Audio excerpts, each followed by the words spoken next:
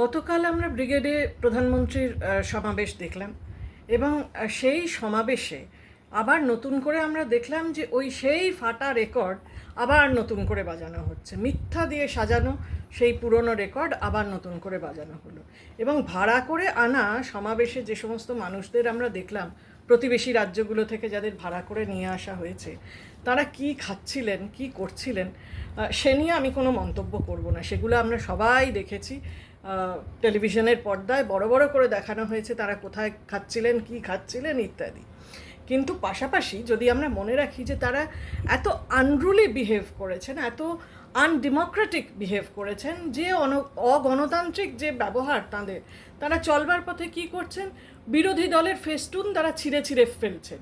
তারা আর কি করছেন, তারা মন্ত্রী শশী পাঞ্জার বাড়ি আক্রমণ করছেন, ইট পাথর ছুঁড়ছেন, মন্ত্রীকে আক্রমণ করছেন। সে ছবিও আমরা দেখেছি।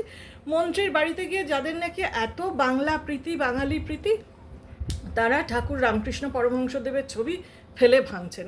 এই তো গতকালের নেট আউটপুট আমরা প্রধানমন্ত্রীর সভার যেটা সেটা দেখতে পেলাম। বিবেকানন্দের মাটিতে দাঁড়িয়ে প্রধানমন্ত্রীর এতটুকু বিবেকবোধের উদয় হলো না যে তিনি যেভাবে ডেকে ডেকে বলেন দিদি ও দিদি, তিনি একবার ডেকে বললেন না তো যে দিদি ও দিদি, আইন শৃঙ্খলায় এখন আপনার রাজ্য সর্বশ্রেষ্ঠ, এটা আমার কেন্দ্রীয় সংস্থাই বলছে।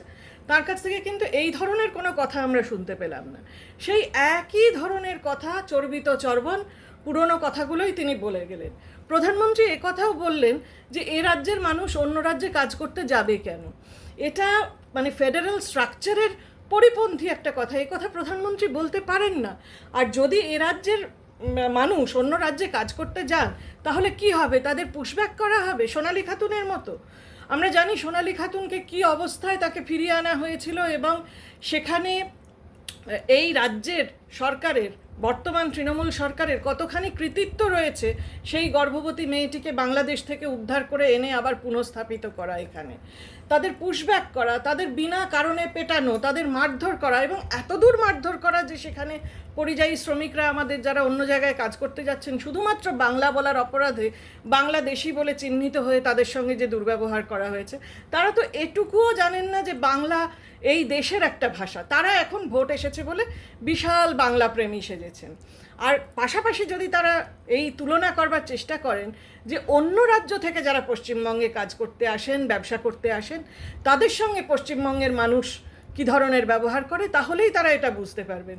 এবং এই যে ভোট এলেই তাদের বাংলা প্রেমী সেজে যাওয়ার যে চেষ্টা, যারা ফ্যামিলিয়ারিটি দেখানোর জন্য বঙ্কিমচন্দ্র চট্টোপাধ্যায়কে বঙ্কিম দা বলেন, যারা রবীন্দ্রনাথকে রবীন্দ্রনাথ সান্যাল বলেন, যারা রামকৃষ্ণ পরমহংসদেবকে স্বামী রামকৃষ্ণ বলেন, ভোট এলেই তাদের বাংলা প্রেম একেবারে উথলে ওঠে। এবং এই কারণেই তো তারা বারবার জনগণমনের সঙ্গে বন্দে মাতরমের একটা বিরোধ লাগিয়ে দেওয়ার চেষ্টা করেন। তারা এটা বোঝেন না যে বাঙালির হৃদয়ে রবীন্দ্রনাথ, বাঙালির মননে বঙ্কিমচন্দ্র। এই ধরনের ছোটোখাটো তাস খেলবার চেষ্টা করা বাঙালির সঙ্গে একেবারেই বৃথা। যে কথা তারা বারবার বলছিলেন যে ঘুষপেটিয়া ঢুকে গেছে বাংলায়, রোহিঙ্গা ঢুকে গেছে বাংলায়, এই ভ্যানিশ কুমারের কমিশন কি একবারও প্রতিষ্ঠা করতে পারলেন যে কত হাজার, কত লক্ষ, কত কোটি ঘুষপেটিয়া বা কত লক্ষ, কত কোটি, কত হাজার রোহিঙ্গা এই মুহূর্তে পশ্চিমবঙ্গে রয়েছে? তারা একটা সুপরিকল্পিতভাবে যারা ন্যায্য ভোটার, যাদের ন্যায্য ভোটের অধিকার, তাদের ভোট কেটে ভোটে জেতার অঙ্ক কষছেন এই সময়ে কেন্দ্রীয় সরকার এবং তাদের সূত্র ধরে ভ্যানিশ কুমারের কমিশন।